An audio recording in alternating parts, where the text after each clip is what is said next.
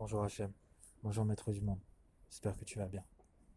Hachem, j'ai lu un petit peu la paracha de la semaine, je la trouve extraordinaire, même si je comprends rien avec mon petit niveau, même si je sais pas, je sais que c'est des secrets extraordinaires et moi j'ai pas le niveau pour pouvoir rentrer dedans, donner des explications de fou, mais j'aimerais juste faire une prière par rapport à ça, faire une prière par rapport à l'honnêteté, par rapport à l'histoire de Tamar et Yehuda, même si j'ai rien compris. J'ai vu que Tamar, elle était très honnête dans le sens où elle a, elle a eu la peine de mort et au lieu de dénoncer Yoda, au lieu de dénoncer Yoda, elle a dit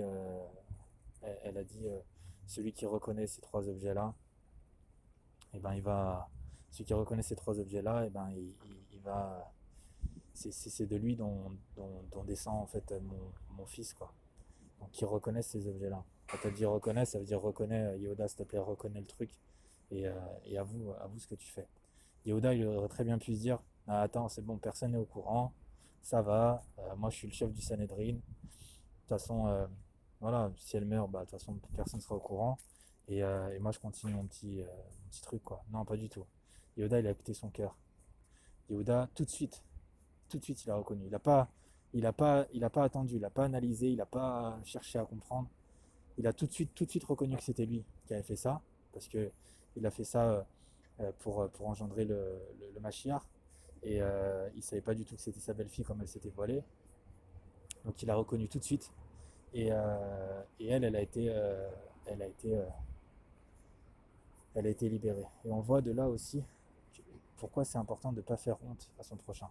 C'est marqué dans la Gemara Sota 10b, comme quoi vaut mieux être brûlé sur un bûcher que faire honte à son prochain. Brûlé dans une fournaise, pardon, c'est marqué comme ça. J'essaie de faire quand même les choses correctement. Euh, et, et voilà, donc du coup, on voit de là l'importance de ne pas blesser son prochain, de ne pas faire honte à son prochain. Que l'honneur de la personne, le fait de faire honte à quelqu'un, c'est quelque chose qui est très très grave à tes yeux, Hachem. C'est quelque chose qui est très grave et aide-moi s'il te plaît du coup à être le plus intègre possible, à jamais faire honte à mon prochain, à être le plus honnête, le plus intègre possible, comme Yoda, comme Tamar, de pouvoir prendre exemple de ces justes-là. Et on voit justement que l'honnêteté et la droiture, c'est une des caractéristiques du Mashiach parce que cette histoire-là, elle va engendrer justement le Mashiach. Alors on pourrait se demander, attends, c'est quand même bizarre cette histoire-là de prostitution. Alors déjà, c'est pas vraiment de la prostitution, c'est avant le don de la Torah. C'est comme ça qu'on. Maïmonide, il explique ça. Maïmonide, il faut lire Maïmonide. Il explique justement par rapport à cette paracha que c'est pas la prostitution comme on connaît maintenant, c'est comme un acte de mariage. Voilà, donc après, faut que je puisse approfondir ça. Mais, euh, mais c'est quelque chose qui est très important à savoir parce que des fois, on peut lire une première lecture et se dire, mais attends, mais c'est quoi ça, ce truc? Et en fait, il y a énormément de commentaires, de commentateurs et énormément de choses à mettre en place pour pouvoir comprendre la Torah un petit peu comme on peut. C'est infini, il y a énormément d'explications. Et c'est quelque chose, il y a des choses qu'on maîtrise pas, c'est pour ça qu'il y a des secrets de la Torah. Donc, euh, donc voilà, Hachem, aide-moi s'il te plaît aussi à pouvoir étudier, à pouvoir me lier à toi, me rapprocher de toi, à pouvoir comprendre, connaître ta Torah, tes enseignements, et toujours me délecter avec les yeux d'enfant, toujours m'attacher à ta Torah et me rapprocher de toi avec honnêteté, avec intégrité, que je puisse me servir de ta Torah pour pouvoir évoluer et pour être le plus honnête possible, le plus intègre possible. Quelles que soient les personnes que j'ai en face de moi, que je reste toujours honnête.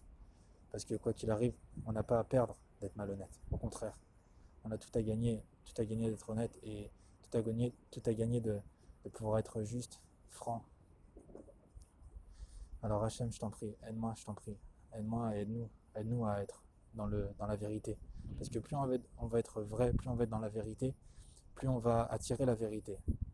Plus on va savoir qui on est, ce qu'on doit faire dans ce monde. Et plus on va voir aussi ta présence divine. Parce que toi, tu es le Hémet, tu es la vérité. Et qu'on puisse toujours s'attacher et étudier dans les chemins de la vérité. Parce que on peut vite trouver des choses qui pourraient nous arranger dans la Torah aussi. Donc qu'on puisse vraiment prier un maximum avant d'étudier pour pouvoir toujours étudier avec amour, avec intégrité, avec honnêteté. Voilà, je te remercie Hachem pour tout ce que tu fais pour moi, pour nous. Aide-nous s'il te plaît à être toujours intègre, de ne pas être tenté par mentir, par le mensonge, parce que même si le mensonge est plus rapide, et ben, sur le long terme, on sera toujours perdant. Donc voilà, Hachem, merci beaucoup, je t'aime très fort, merci.